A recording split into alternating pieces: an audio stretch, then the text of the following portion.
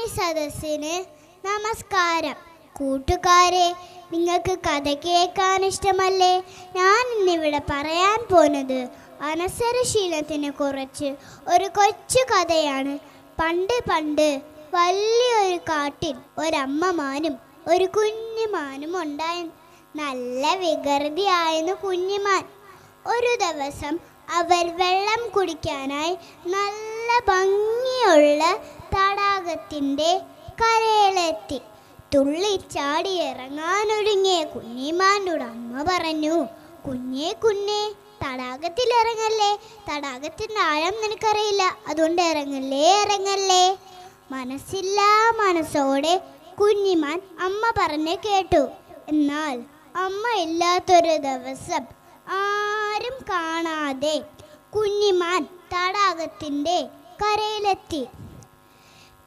ഇത്രയും നല്ല ഭംഗിയുള്ള തടാകത്തിൽ തുള്ളിക്കളിക്കാൻ എന്ത് നല്ല രസമായിരിക്കും, എനിക്ക് ഒന്നിനെയും പേടിയില്ല എന്തും പറഞ്ഞ് തടാകത്തിൽ ഒറ്റ ചാട്ടം. എന്നാൽ ആഴമുള്ള തടാകത്തിൽ കുഞ്ഞിമാൻ മുങ്ങി താന്നു. അവൾ ഉറക്കെ കരഞ്ഞു, അയ്യോ ആരെങ്കിലും രക്ഷിക്കണേ, അയ്യോ ആരെങ്കിലും ഓടി വരണേ.